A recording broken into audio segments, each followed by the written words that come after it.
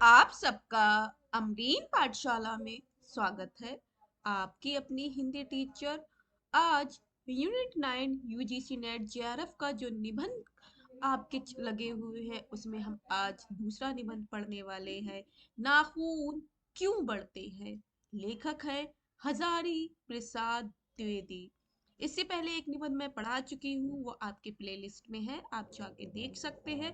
बाकी इसकी प्लेलिस्ट बन गई है, आपको सारे निबंध वहीं पर ही मिल जाएंगे। और भी हमारी कई प्लेलिस्ट बनी हुई है। यूनिट 7 की पूरी प्लेलिस्ट कहानी वाली बनी हुई है, आप जाके देख सकते हैं। उपन्यास की समरी मैंने पढ़ाई हुई है, उसकी प्लेलिस्ट बनी है। यूनिट 10 में जो अन्य गतिविधा है उसकी कुछ वीडियोस मैंने डाली हैं, वो देख सकते हैं आप लोग। और आपका आचार हिंदी साहित्य का इतिहास जो है उसकी मैंने एक प्लेलिस्ट बनाई है, आप वो देखिए। और इसके model test paper question series भी है, वो देख सकते हैं। इस तरह से मैं आपको और भी वीडियोस अवेलेबल करवाती रहूंगी। आप हमारे साथ चैनल से जुड़ने के लिए जल्दी से जल्दी चैनल को सब्सक्राइब भी करके रखिए, जिससे आपको जो भी वीडियो अपलोड हो वो समय अनुसार आपको मिलती रहे और आपको इस वीडियो से फायदा मिलते रहे। तो चलिए देखते हैं क्लास की तरफ बढ़ते हुए कि नाखून क्यों बढ़ते हैं। ये निबंध हजारी प्रसाद द्विवेदी ने क्यों लिखा है। हजारी प्रसाद द्विवेदी का जन्म जो है 19 अगस्त 1907 बलिया में हुआ। ये बलिया उत्तर प्रदेश का जिला है। तो बलिया में हुआ। मृत्यु 19 मई, तो दोनों डेट से मैं 19 अगस्त अलग है, लेकिन 1919 से मैं 19 मई को हुआ है। और 1979 में दिल्ली में इनकी मृत्यु हुई है। माता का नाम ज्योतिषमती देवी था और पिता का नाम अनमोल द्विवेदी था।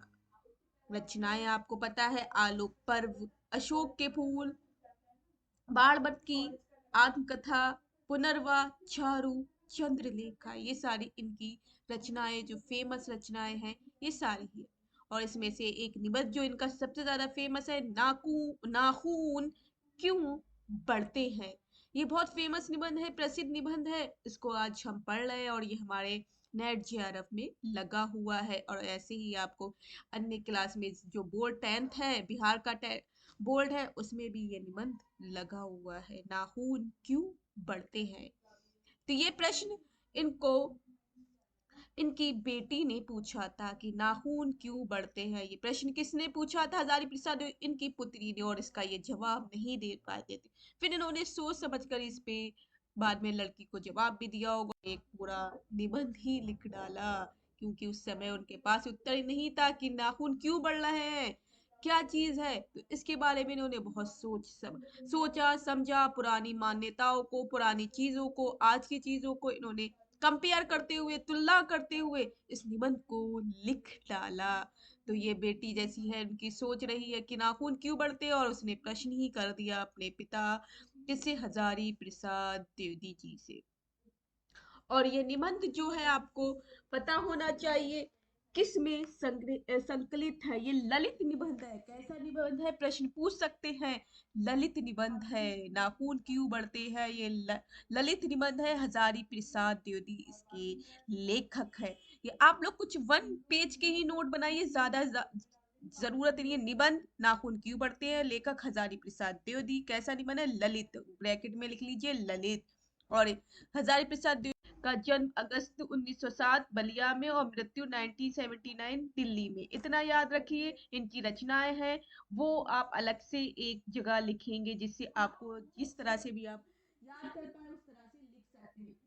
और ये कौन से कब प्रकाशित हुआ है? 1951, 1951। 1950 में आपका संविधान लागू हुआ और ये प्रकाशित हुआ है 51 में, 19 एक साल बाद 1951 में ये प्रकाशित हुआ है। और किसमें हुआ? कल्पलता संग्रह में संकलित है। किसमें? कल्पलता में।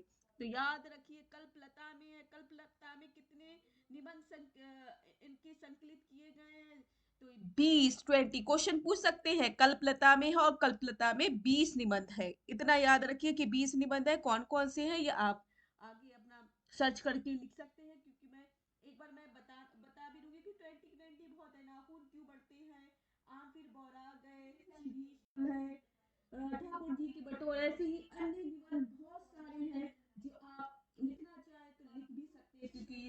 आपको नॉलेज के लिए पता होना चाहिए, नेट जेआरएफ की तैयारी कर रहे हैं। इस तरह से आप सर्च करके लिख लेंगे एक जगह। तो कल्पलता में 1951 में संकलित है और इसमें टोटल 20 निबंध है। याद होना चाहिए किसमें है, ये फेमस है, आपको अपनी जानकारी के लिए 20 निबंध लिख सकते हैं। तो आपको पता है, और द्विवेदी जी ने द्विवेदी जी के मानवतावाद और साहित्य का केंद्र बिंदु मनुष्य ही है, इसमें मनुष्य को ही केंद्र बिंदु में रखा है, ये ध्यान रखना है, किसे ने मनुष्य को ही रखा है। यहाँ पे गुलाब राय एक आलोचक हैं, उन्होंने आचार्य भी हैं, कह सकते हैं, आलोचक भी बोल सकते हैं। इन्होंने बोला है कि द्विवेदी जी की ख्याति हिंदी में आलोचक और निबंधकार दोनों रूप में, ये आलोचक और निबंधकार भी है। ये कौन बोल रहा है? गुलाब राय बोल रहे हैं। वे अच्छे आलोचक हैं अथवा अच्छे निबंधकार, ये निर्णय करना आसान नहीं है। तो ये गुलाब राय बोलते हैं आलोचक भी है, निबंधकार भी है, लेकिन यह निर्णय करना कि ये अच्छे आलोचक है या अच्छे निबंधकार, ये बहुत कठिन है, क्योंकि उन्होंने निबंध भी लिखी है और आलोचनाएं भी लिखी हजारी प्रसाद द्विवेदी ने। तो इस तरह से ये निबंध को आगे हम जानने की कोशिश करते हैं कुछ चीजों को। तो चलिए आगे बढ़ते हैं, निबंध की तरफ आ जाते हैं। यस, तो देखिए, नाखून क्यों बढ़ते हैं, ये लिखा हुआ है, क्या है, नाखून क्यों बढ़ते हैं। ये निबंध है हजारी प्रसाद द्विवेदी। इतना सभी बच्चों ने लिख लिया है, ठीक है। तो ये कल्पलता निबंध संग्रह किसमें है, कल्पलता निबंध संग्रह में 1951 1951 में लिखा गया है। और इस कल्पलता में 20 निबंध, कितने, 20 निबंध, याद रखिए कितने हैं, 20 निबंध संकलित हैं, कितने, 20। तो याद होना चाहिए 20 निबंध संग्रह है यहाँ पर। और कैसा है, विचार प्रधान निबंध है, विचार प्रधान। तो क्वेश्चन पूछ सकते हैं सिंपल सा, ललित निबंध, विचार प्रधान निबंध, याद रहे। और किसमें है, कल्पलता निबंध संग्रह में 1951 में लिखा गया है, किसके द्वारा, हजारी प्रसाद द्विवेदी। और नाखून क्यों बढ़ते हैं, ये प्रश्न हजारी प्रसाद द्विवेदी से किसने किया था, उनकी पुत्री ने किया था। तो ये इतना पता हो, इंपॉर्टेंट चीज इसमें। अब एक और चीज लिख, नाखून का बढ़ना, यहाँ पर लिख लीजिए, नाखून का बढ़ना और नाखून का काटना, ये दो चीजें लिखिए, सभी बच्चे लिख लीजिए। बस एक पेज के ही आपके बनेंगे, ज्यादा नहीं बन पाएंगे, तो आप सिंपल सिंपल लाइन लिखेंगे। नाखून का बढ़ना पशुता का प्रतीक है, कैसे, पशुओं के होते हैं ना, जान के, तो पशुता का प्रतीक है, किसका प्रतीक है, पशुता का। और नाखून का काटना मनुष्यता का, मानवता का, ह्यूमैनिटी का, मनुष्य जो है उसका प्रतीक माना जाता है। और हजारी प्रसाद द्विवेदी कैसे निबंधकार है, ललित निबंधकार। प्रश्न उठा सकते हैं, इंपॉर्टेंट पॉइंट है, नोट करके लिख लीजिए, यह कैसे है, ललित निबंधकार है। तो हजारी प्रसाद द्विवेदी ललित निबंध है और ललित निबंधकार भी आई, कैसा निबंध है, ललित निबंध है, इसलिए ललित निबंधकार कहलाते हैं। यह प्रश्न की नाखून क्यों बढ़ते हैं, लेखक की पुत्री ने पूछा था, पहले उत्तर नहीं दे पाए थे, नोट कर लीजिए कि वह उत्तर नहीं दे पाए थे। इस मैंने स्टार्टिंग में जैसे बताया है, नोट करके लिखा हुआ है, प्रश्न की नाखून क्यों बढ़ते हैं, लेखक की किसने पूछा था, पुत्री ने पूछा था, और वह उसे उत्तर नहीं दे पाए थे। तो आप अपने अकॉर्डिंग बस वन वन पॉइंट में लिखे, नाखून क्यों बढ़ते हैं, आपने हेडिंग डाल दी होगी, हजारी प्रसाद द्विवेदी कल्पलता निबंध संग्रह 1951 में, बस इतना 1951 इतना लिखें, कल्पलता निबंध संग्रह। और हजारी प्रसाद द्विवेदी ललित निबंधकार, और ललित निबंध भी हो गया और ललित निबंधकार, तो दोनों ही चीजें इसमें आएंगी, ललित निबंध भी है और ललित निबंधकार। और विचार प्रधान है, कैसा निबंध है, विचार प्रधान निबंध है या ललित निबंध है, स्लैश करके लिख सकते हैं, ललित निबंध, विचार प्रधान निबंध है। नाखून का बढ़ना पशुता का प्रतीक और नाखून का काटना मनुष्यता का प्रतीक, इतना याद कर लीजिए। और कल्पलता निबंध संग्रह में 1951 में, और कल्पलता में कितने निबंध हैं, 20 निबंध हैं, याद रखिए 20 निबंध संकलित हैं, कितने, 20 निबंध। तो यहाँ, और ये प्रश्न कि नाखून क्यों बढ़ते हैं किसने पूछा था, यह प्रश्न उनकी पुत्री ने पूछा था। तो सभी लोगों को पता हो गया। जैसे मैंने यहाँ पर आपको नाखून का एक हाथ दिख रहा है, इस सामने सबसे ऊपर। तो आत्मरक्षा को, तो पहले क्या होता था, पुराने समय में लोग नाखून बढ़ाते थे, काटते नहीं थे।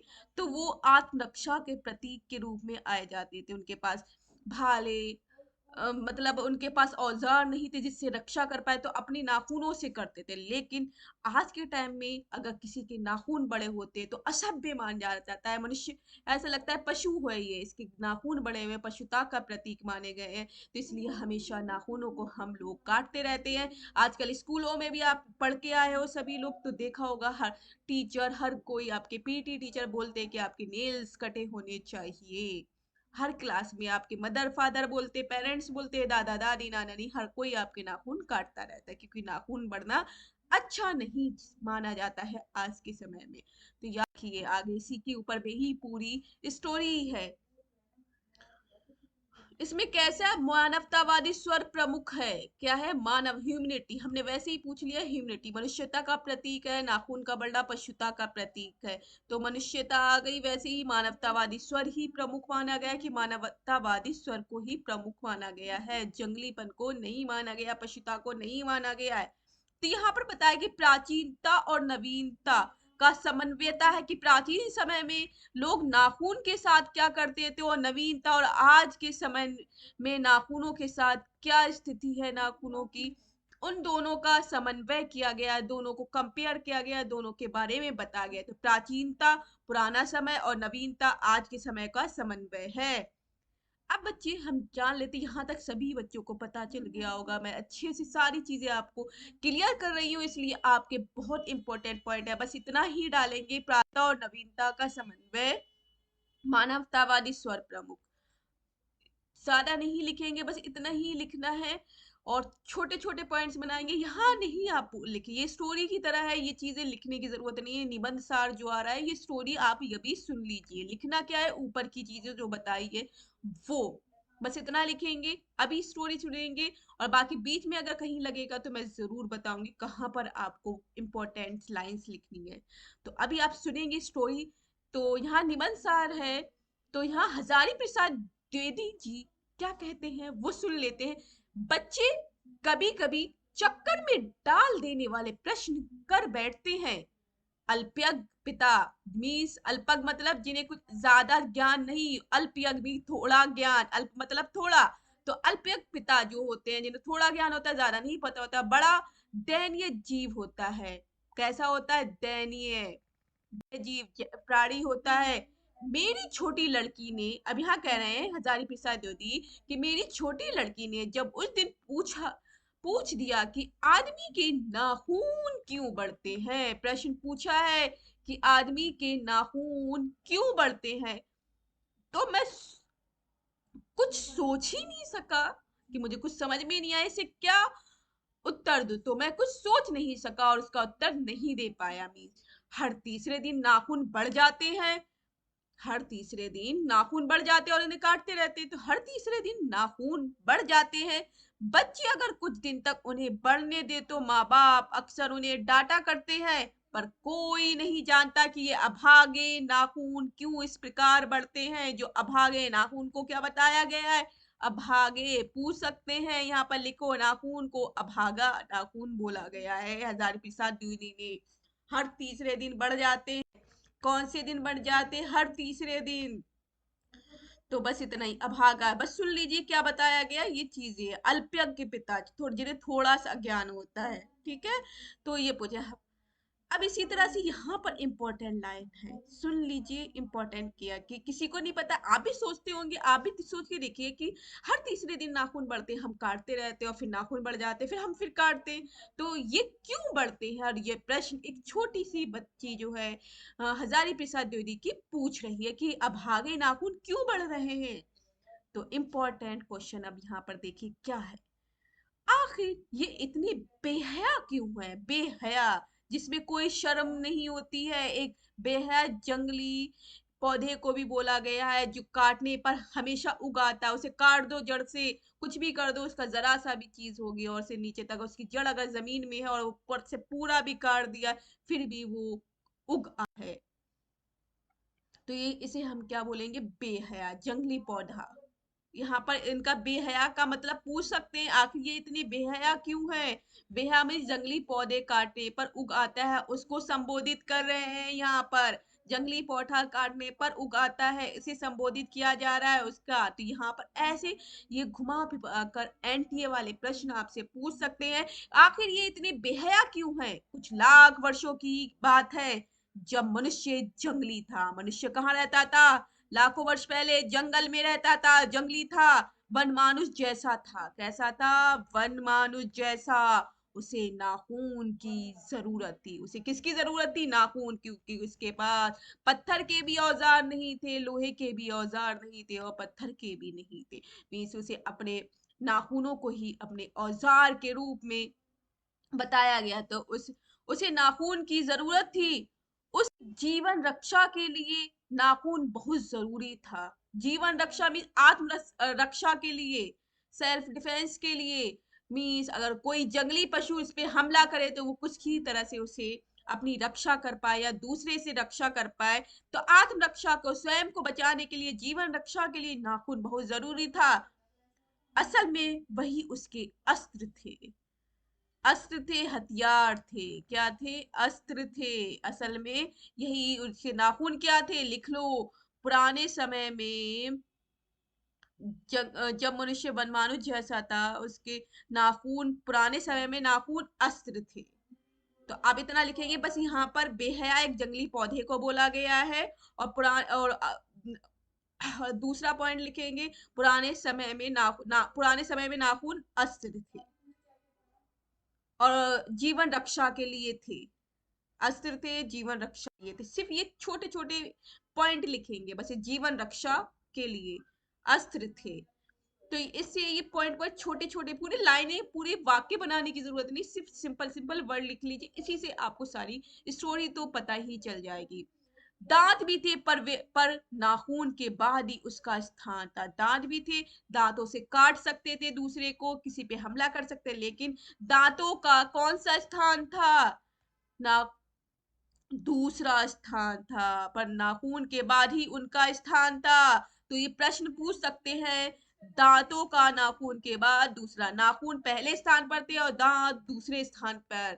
तो आपसे ये प्रश्न पूछ सकता है, एनटीए यहाँ से उठा सकता है। हर एक पॉइंट को लेके चलिए बच्चों, सुन के रखिए, क्योंकि आजकल बहुत टफ पेपर आ रहा है और कहीं से भी प्रश्न उठा लिया जाता है।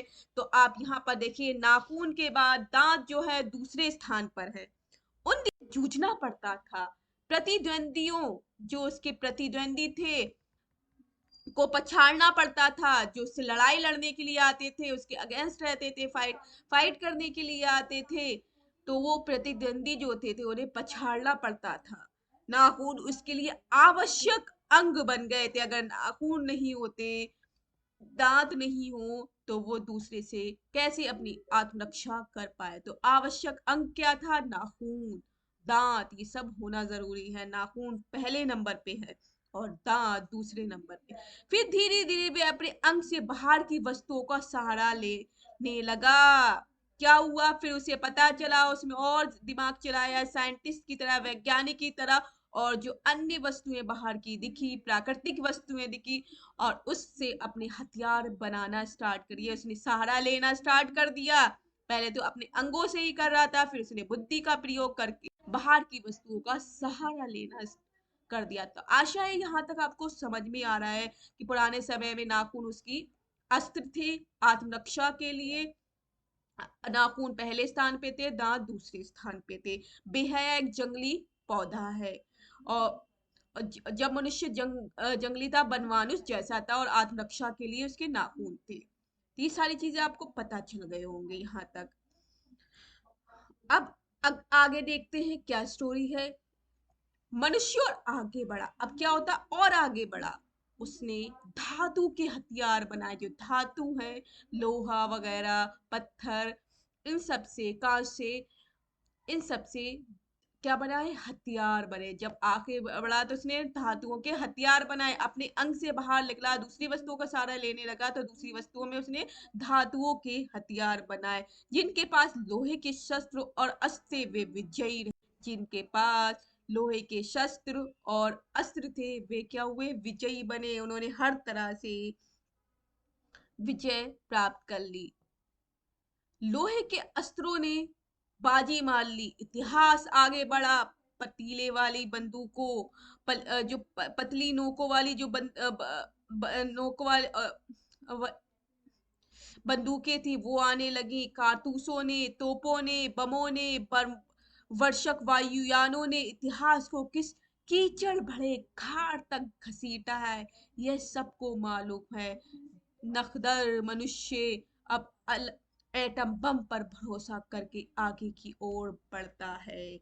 अब यहाँ बताए हैं कि अब लोहे के अस्त्र शस्त्र सारे बनाने लगे, तीर कमान बनी, आपके तीर बाढ़ और तीर जो है वो बने। फिर आगे चल के उन्होंने बहुत सारे तलवारों का प्रयोग किया, बंदूकों का प्रयोग किया, और आज एटम बम पे आ गया है, एटम बम पर भरोसा करने लगा है। तो मनुष्य कहाँ से, नाखूनों से बढ़कर आज एटम बम पर आ गया कि बम जहां भी गिरता है वो हिस्सा तहस नहस खा जाता है। हिरोशिमा नागासाकी का आपने देखा ही होगा कि किस तरह से वहां पर बम गिराने से वहां के लोगों पर क्या असर हुआ है, वहां की जनरेशन पे जनरेशन बहुत ज्यादा इफेक्ट हुआ है, वहां की स्थिति बहुत खराब रही है। आपको ये सारी चीजें पता हो, इससे हम ज्यादा डीप में नहीं जा रहा है कि एटम बम से क्या नुकसान क्या फायदे हैं। तो आप समझ सकते हैं एटम बम कितना खतरनाक चीज है, और नाखूनों से कहां पर आ गया इंसान, एटम बम पर आ गया है। तो यही सारी भरोसा करने लगा है, ठीक है। पर उसके नाखून अब भी बढ़ रहे हैं, पर क्या, नाखून तो अब भी बढ़ रहे हैं, काट रहा है, लेकिन नाखून क्या है, अब भी बढ़ रहा है, वो नहीं हो रहा है, वो कम नहीं हो रहा है। इंपॉर्टेंट चीज अब देखिए यहाँ पर, अब भी प्रकृति मनुष्य को उसके भीतर वाले अस्त से वंचित नहीं कर रही है। अब भी प्रकृति है, यहाँ पर आपको पूछ सकते हैं कि पंक्तियां कहाँ की हैं, कि अब भी प्रकृति मनुष्य को इसके भीतर वाले अस्त से वंचित नहीं कर रही, अब भी है। याद दिला देती अब कि तुम्हारे नाखून को भुलाया नहीं जा सकता। तो ये इंपॉर्टेंट लाइन है, अगर लिखना चाहो लिख लो, या आपके पास अगर अवेलेबल हो पीडीएफ वगैरह, तो उसमें भी आपको पता होनी चाहिए क्या लाइन इंपॉर्टेंट, कि अब भी प्रकृति मनुष्य के उसके भीतर वाले अस से वंचित नहीं कर रही, अब भी यह याद दिला देती कि तुम्हारे नाखून को भुलाया नहीं जा सकता। तो ये कौन से निबंध में संकलित है, तो आपको पता है कि नाखून क्यों पड़ते हैं, किसका निबंध है, हजारी प्रसाद द्विवेदी का। कैसा निबंध है, ललित निबंध है, और हजारी प्रसाद द्विवेदी ललित निबंधकार है। किस निबंध ये किसमें संकलित है, कल्पलता संग्रह में संकलित है। कब आया था, 1951 में ये प्रकाशित हुआ था, 1951 में। और कल्पलता में कितने निबंध हैं, 20 निबंध हैं। ये सारी स्टोरी आपको मैंने वैसे ही बताई हुई है। तो ये यहाँ तक था कि ये 20 निबंध कौन कौन से, वो खुद आप देख के लिख सकते हैं, अगर ज्यादा आपको डीपली और जानना है। नहीं तो मैंने यहाँ तक बताया है। एक गुलाब राय का भी इन्होंने बोला था कि द्विवेदी जी को ख्याति हिंदी में आलोचक और निबंधकार दोनों रूप में मिली है। प्रसिद्धि किसमें, निबंधकार और आलोचक। लेकिन यह अच्छे आलोचक है या अच्छे निबंधकार, यह निर्णय करना आसान नहीं है। यह कथन गुलाब राय का है, लिख सकते हो आप, गुलाब राय का कथन है। हम तक पढ़ लिया और आपको यहाँ तक आशा है समझ में आ गया होगा। तो चलिए आगे चलते हैं। आगे क्या है, मैं हैरान होकर सोचता हूँ कि मनुष्य आज अपने बच्चों को नाखून न काटने के लिए डांटता है, नाखून न काटने के लिए डांटता है। किसी दिन कुछ थोड़े लाख वर्ष पूर्व वह अपने बच्चों को नाखून नष्ट करने पर डांटता रहा होगा, लेकिन प्रकृति है कि वे नाखून को अब भी जिलाए जा रही है, और मनुष्य है कि वह उसे अब भी काटे जा रहा है। कि वे कमबख्त रोज बढ़ते हैं क्योंकि वे अंधे हैं, नहीं जानते कि कमबख्त रोज नहीं जानते कि मनुष्य को इससे कोटि कोटि गुना शक्तिशाली अस्त्र मिल चुका है। यहाँ पर हजारी प्रसाद द्विवेदी कहते कि मैं आज भी सोचता कि नाखून क्यों बढ़ रहे हैं, आज भी सोचता हूँ। और यहाँ पर बताने बच्चों के हम आज क्या है, मनुष्य को आज भी, मनुष्य जो है, इंसान जो है, आज भी बच्चों को नाखून काटने के लिए डांटता रहे, क्या कि तुम्हारे नाखून बढ़ गए हैं, काटो। आपके घर में भी सब लोग बोलते होंगे, आप लोग के अगर आपके घर में छोटे बच्चे, आप उन्हें बोलते होंगे, आपके पेरेंट्स ने आपको बोला, दादा दादी नाना नानी जिसने भी आपके नाखून, या टीचर्स ने भी आपके नाखूनों को देखा होगा, हमेशा डांटते रहते हैं कि नाखून बढ़ गए हैं, जल्दी आपको काटना चाहिए।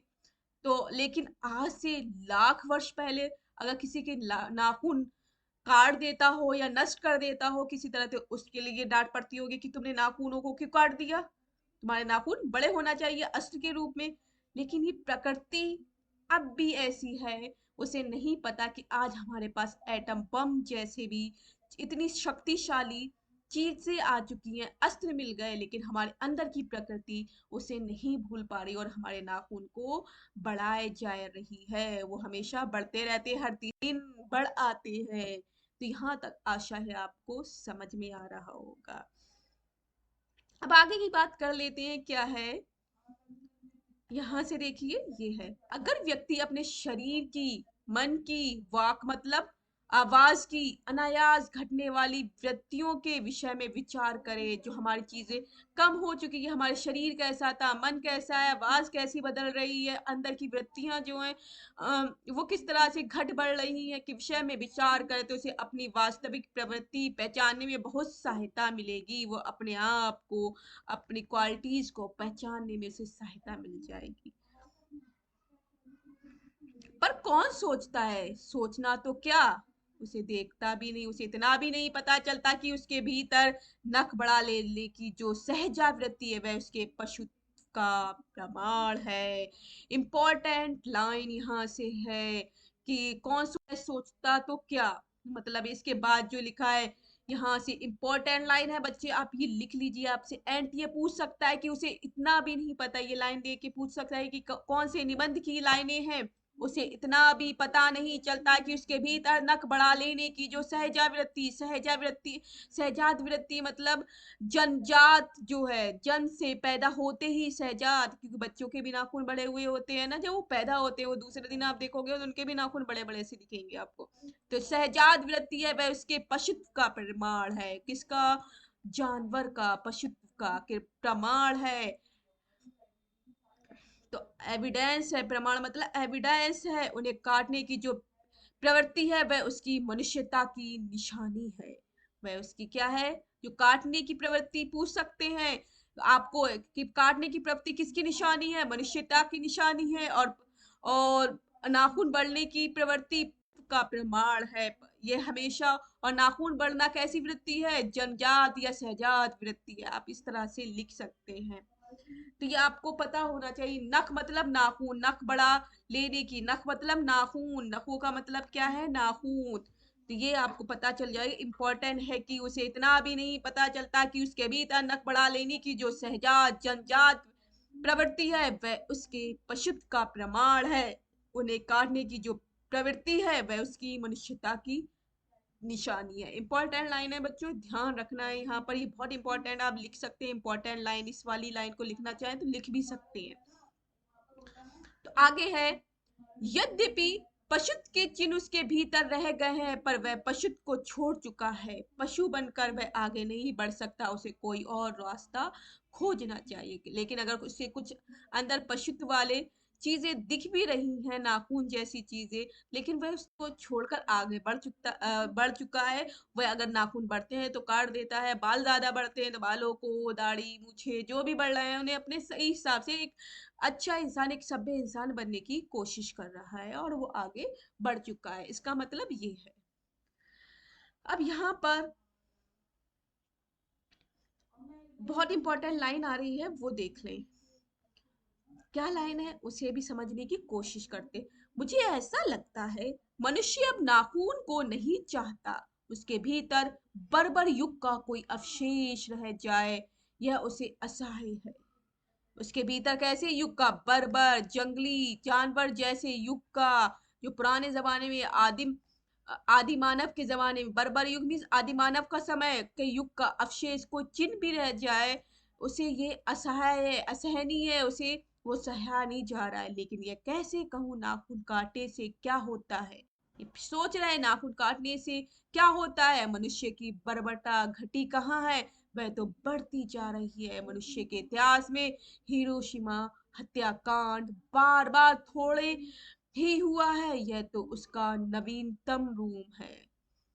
मतलब बर्बरता अगर नाखून काट भी रहे हैं तो आज के मानव उस चीजों को पशुता कहीं ना कहीं दिखा देते, जैसे हिरोशिमा नागासाकी पर एटम बम फोड़कर उन्होंने पशुता का प्रतीक दिखाया है। और आज के समय में भी हथियारों के माध्यम से, अन्य और साधनों के माध्यम से पशु बना हुआ इंसान आपको दिख जाएगा, जिसके मन के अंदर कोई दया भाव ही नहीं लगेगा। ऐसा लगेगा वही जंगली आदमी आ गया जो आज से लाखों करोड़ों वर्ष पहले था। ये सारी बात यहाँ पर वो बोलना चाह रहे हैं।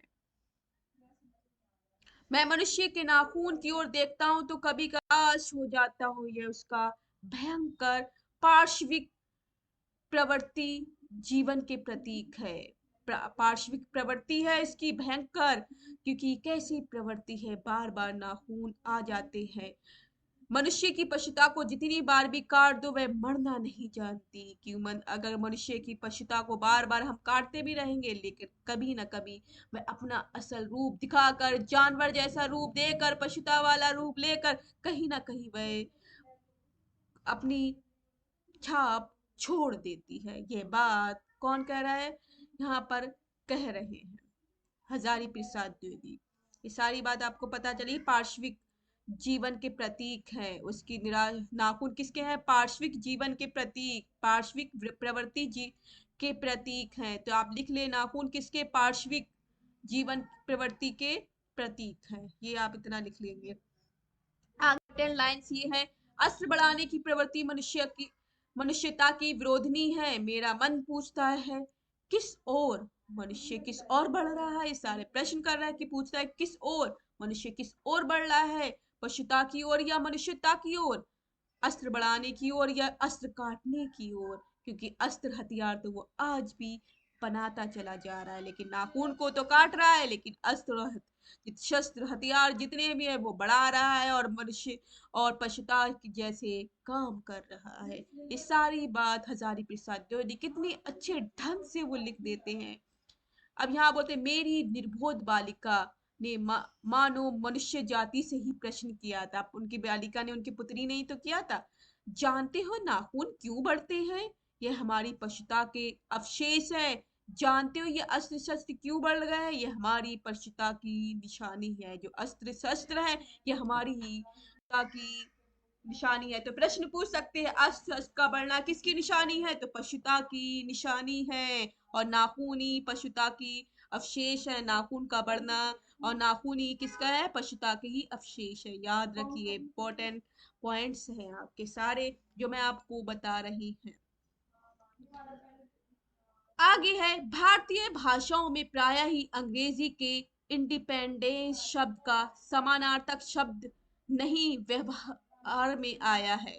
15 अगस्त को जब अंग्रेजी भाषा के पत्र इंडिपेंडेंस की घोषणा कर रहे थे तो देसी जो भारत की देसी भाषाएं थी, हिंदी भाषा के पत्र स्वाधीनता, स्वाधीन मीन्स अपने अधीन, स्वाधीनता दिवस की चर्चा कर रहे थे। इंडिपेंडेंस को स्वतंत्रता दिवस या स्वाधीनता दिवस ही बोलते हैं। स्वतंत्रता दिवस की चर्चा कर रहे थे। इंडिपेंडेंस का अर्थ है अधीनता या किसी के अधीनता का अभाव। स्वाधीनता शब्द का अर्थ है अपने ही अधीन रहना। स्वाधीनता का अर्थ है अपने ही अधीन रहना। फ्रीडम, इंडिपेंडेंस का अर्थ ही आपका क्या हो गया, स्वतंत्रता। इतना याद रख लीजिए, ये यहाँ से पूछ सकते हैं। तो स्वाधीनता, स्वतंत्रता, इंडिपेंडेंस डे की बातें आ रही हो तो ये सारी चीजें आपको यहाँ से पता चल जाएगा, हजारी प्रसाद द्विवेदी का होगा। आगे है, जातियां इस देश में अनेक आई, लड़ती झगड़ती भी रही, फिर प्रेम पूर्वक बस भी गई। बहुत तरह की जातियां आई, लड़े झगड़े भी और फिर बस भी गए। और इसी तरह से आज भी हो रहा है, आगे भी ऐसे ही होता रहेगा। इंसान आएगा, जन्म लेगा, बड़ा होगा, काम करेगा, पशुता जैसे कार्य करेगा, मनुष्यता जैसे कार्य करेगा, फिर अंत में मरकर चला जाएगा। तो सभ्यता की नाना सीढ़ियों पर खड़ी और नाना मीन्स कई, नाना मतलब कई प्रकार की सीढ़ियों पर खड़ी और नाना कई प्रकार के मुख करके चलने वाली इन जातियों के लिए एक सामान्य धर्म खोज निकाला कोई सहज बात नहीं है। ये सारी बातें हजारी प्रसाद द्विवेदी कर रहे हैं। अगला है, भारतवर्ष के ऋषियों ने अनेक प्रकार से इस समस्या को सुलझाने की कोशिश की थी, पर एक बात उन्होंने लक्ष्य की थी, समस्त वर्णों और समस्त जातियों का एक सामान्य आदर्श भी है। तो याद देखिए, भारतवर्ष के ऋषि और उन्होंने जो ऋषि रहे हैं उन्होंने अनेक प्रकार से समस्या को सुलझाने की कोशिश भी की है, और उनका लक्ष्य भी रहा है, कोशिश भी रहा है, समस्त वर्णों समस्त जातियां जितने भी वर्ण जाति है उनको एक सामान्य आदर्श भी मिलना चाहिए। स्वाधीनता वह है अपने ही बंधनों से अपने को बांधना। स्वाधीनता भी अपने ही बंधन, किसी और का अधिकार नहीं होना चाहिए, सिर्फ हम अपने अनुसार ही स्वाधीन। आगे है, इंपॉर्टेंट पूछ सकते, स्वाधीनता का अर्थ वह है जो अपने बंधनों से अपने को बांधना। इंपॉर्टेंट पूछ सकते हैं, इसलिए यहाँ पर आप लिखना चाहें तो लिख सकते हैं। आगे है, मनुष्य पशु से किस बात से भिन्न है, अलग है। ये पूछ रहा है कि यहाँ पर बताने की कोशिश करना है कि मनुष्य जो है पशु से किस तरह से अलग है। आहार निद्रा आदि पशु सुलभ स्वभाव उसके ठीक वैसे ही है जैसे अन्य प्राणियों के। मीन्स पशु भी जो है वो भी मनुष्य की तरह खाना खाता है, पानी पीता है, सोता है, जागता है, हर काम वैसे ही कर रहा है, लेकिन फिर भी वह पशु से भिन्न है। अन्य प्राणियों से क्यों भिन्न है, वो थोड़ा दिमाग से सभ्य रूप में आ जाता है। तो ये सारी बात कर रहे हैं यहाँ पर हजारी प्रसाद द्विवेदी। इंपॉर्टेंट लाइन है यहाँ पर, ये इस पैराग्राफ को देखिए, बहुत इंपॉर्टेंट है, जहां मैं पढ़ाने की कोशिश कर रही हूँ। उसमें संयम है। अभी मनुष्य में क्या है, संयम है, दूसरे के सुख दुख के प्रति संवेदना है। ये संयम और संवेदना दूसरे के सुख दुख के प्रति, ये मनुष्य पशु में तो नहीं मिलेगी, इंसान में मिलेंगी। मनुष्य में संयम है, दूसरे के सुख दुख के प्रति संवेदना है, श्रद्धा है, तप है, त्याग है, एक दूसरे के लिए त्याग है, तपस्या है, श्रद्धा है। इसलिए मनुष्य अ, झगड़े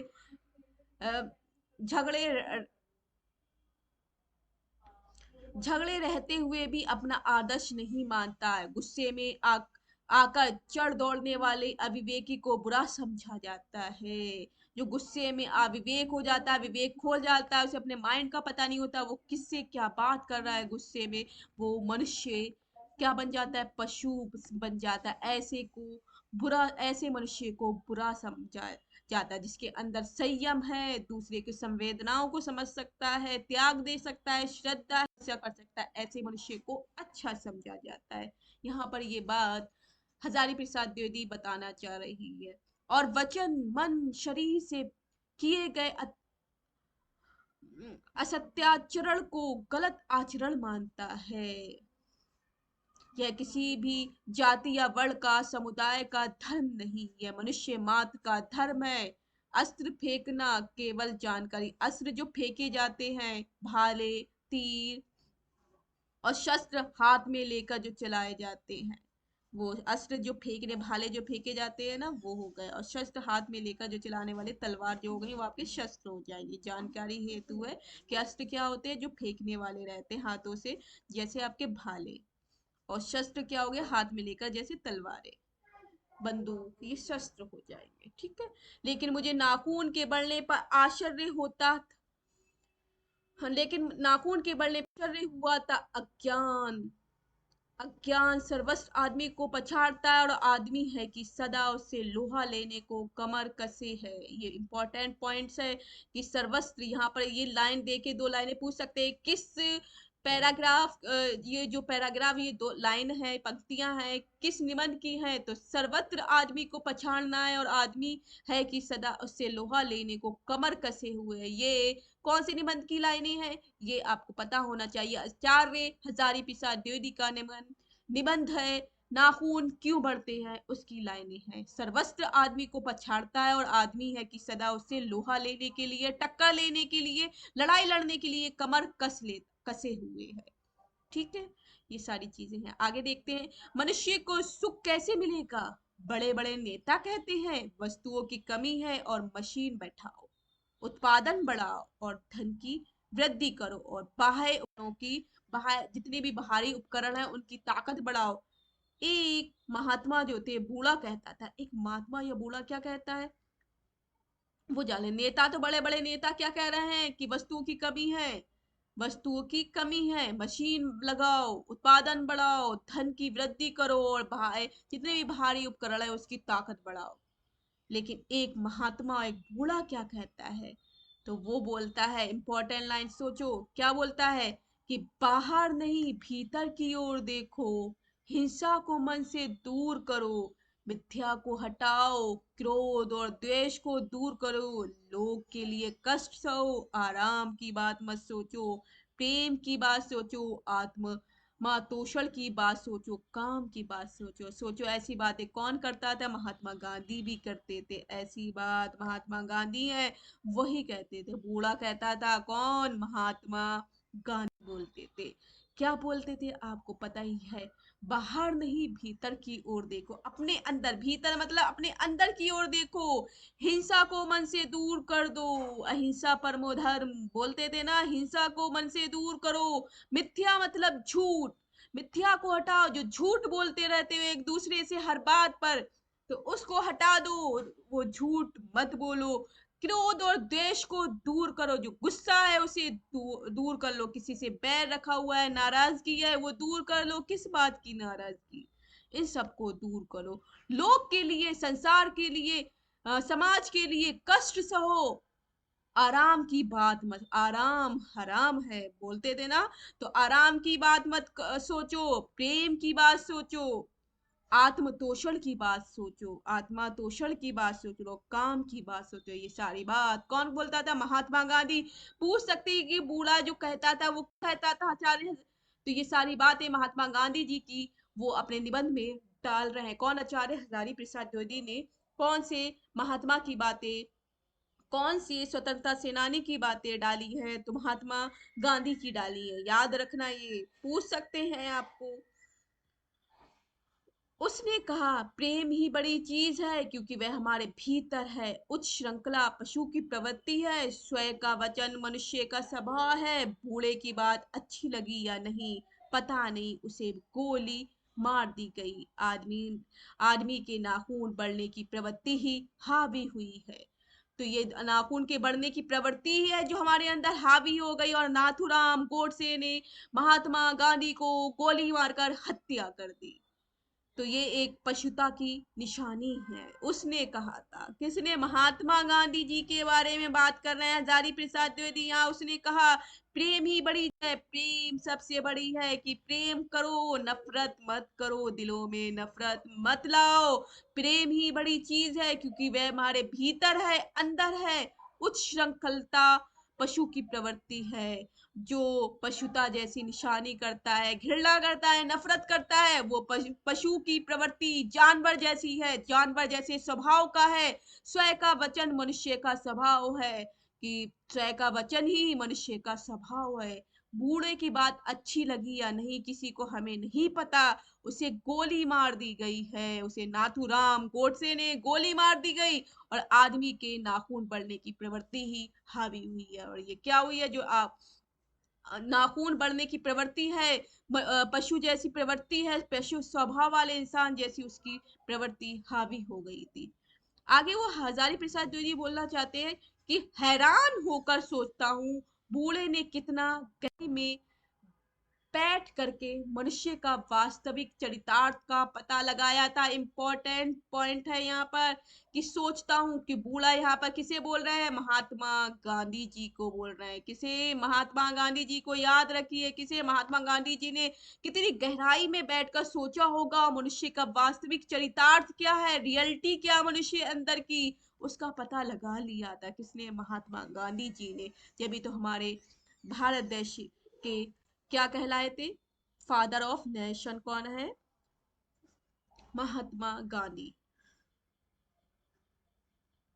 आगे है, आगे बोलना चाहते हैं यहाँ पर, जान पड़ता है कि नाखून का बढ़ना मनुष्य के भीतर की पशुता की निशानी, और उसे नहीं बढ़ने देना मनुष्यता की अपनी इच्छा है, अपना आदर्श है, बेहतर जीवन में रोकना मनुष्यत्व का तकाजा है। और मनुष्य में जो घृणा है, जो अनायास बिना सिखाए आ जाती है। तो ये पूछ सकते हैं, मनुष्य मनुष्य में अपने आप क्या आ जाती है बिना सिखाए? तो घृणा, नफरत अपने आप आ जाती है देखकर। प्रेम भाव तो कम रहेंगे, लेकिन घृणा अपने आप ही आ जाती है। और नाखून को बढ़ना मनुष्य के भीतरी पशुता की ही निशानी है। ये आप ध्यान में रखिए। अब आगे देखिए क्या है। यहाँ पर अब हजारी प्रसाद द्विवेदी बोलते हैं, वह पशुत्व का द्योतक है, पशुत्व के जैसा है, और अपने को संयत रखना, दूसरे के मनोभावों का आदर करना मनुष्य का स्वधर्म है। मनुष्य का स्वधर्म है कि अपने मनोभावों को, दूसरे के मनोभाव, जो दूसरे के भाव है उनका आदर करे, दूसरों का सम्मान करे, ये मनुष्य का स्वधर्म है।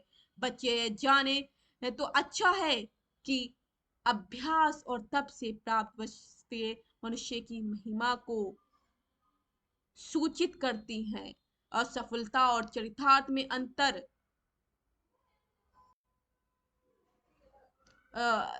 सफलता और चरितार्थता में अंतर है, ये हजारी प्रसाद द्विवेदी कहते हैं। ये किसकी लाइन है? हजारी प्रसाद द्विवेदी की। कौन सी निबंध की है? ये पूछ सकते हैं, इंपॉर्टेंट लाइन है कि अभ्यास और तप से प्राप्त वस्तुएं मनुष्य की महिमा को, सफलता और चरितार्थ में अंतर नहीं, महिमा को सूचित करती हैं। यहाँ पर इतना लिखेंगे कि अभ्यास और तप से प्राप्त वस्तुएं मनुष्य की महिमा को सूचित करती हैं।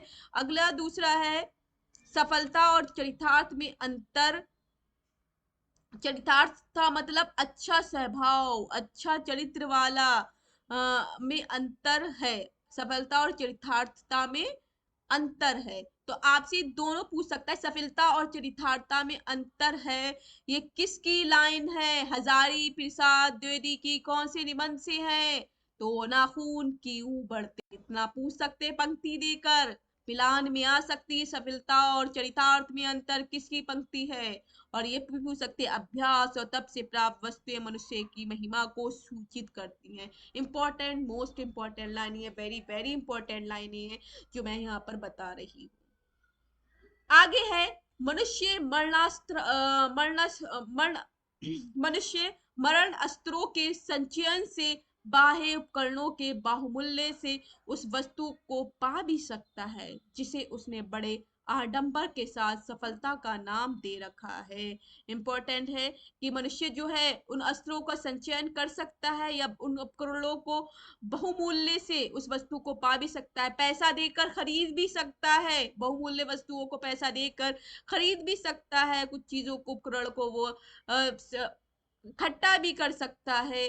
लेकिन जिसे उसने बड़े आडंबर के साथ सफलता नाम दे रखा है कि मैंने तो बड़ा घर बना लिया, बड़ी गाड़ी ले ली, मेरे पास पैसा है, उससे उसने अपने घर में ऐशो आराम की चीजें ले रखी है, लेकिन सफलता का नाम तो दे सकता है, लेकिन ये सफलता नहीं है। तुम कुछ भी कह रहे हो, जब तक तुम्हारे अंदर का जो, परंतु मनुष्य, लेकिन क्या तुम्हारे अंदर का जो चरितार्थ प्रेम से है, मैत्री में है, त्याग में है, अपने को सबके मंगल के लिए निशेष भाव से देन प्रेम से है, वो अगर भाव नहीं है, दूसरों से घृणा कर रहे हो, अगर पैसा होते हुए भी तुम दूसरों की सहायता नहीं कर पा रहे हो, तो ऐसी सफलता का भी सफलता नहीं है। जब तक तुम दूसरों के दुखों को, दर्दों को समझ नहीं पाओ, तो वो भी तुम्हारे पास, तुम तब भी असफल माने जाओगे। तो पूछ सकते हैं कि, क्या लाइन पूछ सकते हैं, मनुष्य की चरितार्थता प्रेम में है, मैत्री में है, त्याग में है, अपने को सबके मंगल के लिए निशेष भाव देने में है। ये किस की पंक्तियां हैं, किस निबंध की पंक्तियां हैं? तो ये निबंध की पंक्तियां हैं, नाखून क्यों बढ़ते हैं। ये इस तरह से आपके पास क्वेश्चन पूछ सकते हैं। या किस राइटर की पंक्तियां हैं? हजारी प्रसाद द्विवेदी, नाखून क्यों बढ़ते हैं, इस तरह से भी आ सकता है। नाखूनों का बढ़ना मनुष्य की उस अंध सहजात वृत्ति का परिणाम है जो उसके जीवन में सफलता ले आना चाहती है। नाखूनों का बढ़ना क्या है? कि मनुष्य की उस अंध सहजात वृत्ति का परिणाम है जो उसके जीवन में सफलता ले आना चाहती है। उसको काट देना उस स्व निर्धारित आत्म बंधन का पहला जो उसे परितार्था की ओर ले जाती है। नाखून बढ़ते हैं तो बड़े, मनुष्य उन्हें बढ़ने नहीं देगा। क्या है ये लाइन, पूछ सकते हैं, इंपॉर्टेंट लाइन है। नाखून बढ़ते हैं तो बड़े, मनुष्य उसे बढ़ने नहीं देगा। तो ये किसकी, नाखून क्यों बढ़ते हैं, इसकी लाइन है। कहा जाता है कि आचार्य हजारी प्रसाद द्विवेदी के निबंध से हिंदी में ललित निबंधों की एक सशक्त विद्या के रूप में शुरुआत हुई है। तो ललित निबंधकार कौन है, इन्हीं माना गया, क्योंकि इन्हीं के निबंध लिखने से ही ललित निबंधकार की शुरुआत हो जाती है। तो आपको बच्चों पता चल गया होगा कि नाखून क्यों बढ़ते हैं, हजारी प्रसाद द्विवेदी जी का निबंध है। और इनका जन्म आपको पता चल गया, 19 अगस्त 1907 में ये पैदा होते हैं, और 1979 1979 में दिल्ली में इनकी मृत्यु होती है, और बलिया में पैदा होते हैं। ये सारी चीजें आपको अच्छी लगी होंगी। और ये एक ललित निबंध है, कैसा ललित निबंध है, याद रखिए। किसमें संकलित है, कल्पलता में, और कल्पलता में 20 निबंध है। कितने हैं, 20 निबंध है, याद रखना है सभी बच्चे।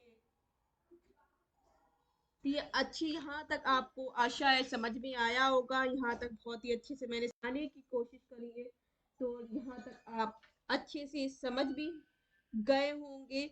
तो ऐसे ही मैं और भी क्लासेस लाती रहूंगी, और हमारे चैनल को ज़रूर आप बच्चे शेयर करें, अपने ग्रुप में शेयर करिए, जिससे लोग फ़ायदा उठा पाएँ, आपके दोस्त फ़ायदा उठा पाएँ, ग्रुप साथी आपके फ़ायदा उठा पाए, और हमारा चैनल भी ग्रो हो, जिससे मैं आपके लिए और अच्छी क्लासेस बना पाऊँ, क्योंकि आप लोगों के मैसेज ही हमें मोटिवेट करते हैं आगे जाने के लिए। तो हम ऐसे ही अगली क्लास में मिलेंगे, तब तक के लिए bye bye, take care, have a nice day. जहाँ रहें खुश रहें, आबाद रहें। जय हिंद, जय भारत।